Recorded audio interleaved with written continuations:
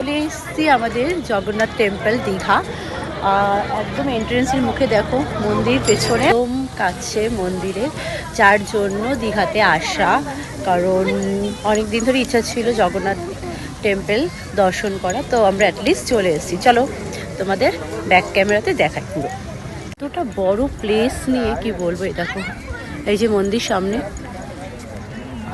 আমরা যাচ্ছি সামনের দিকে এগিয়ে।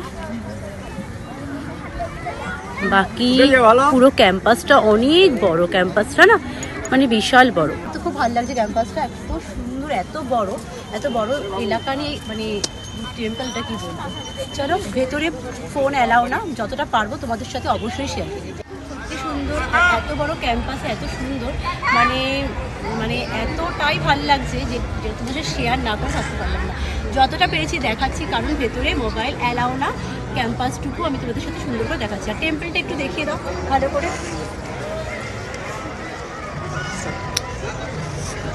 চলো, এটা ভেতরের দিকে মন্দির, ভেতরটা দেখো তোমরা। অনেকটা রাত্রি হয়ে গেছে, 8টার মধ্যে অফ হয়ে যাবে মন্দির।